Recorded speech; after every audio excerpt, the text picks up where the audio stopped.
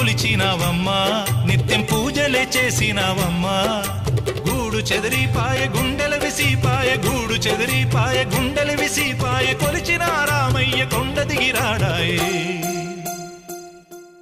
వందనాలమ్మా అమ్మా వందనాలమ్మా వందనాలమ్మా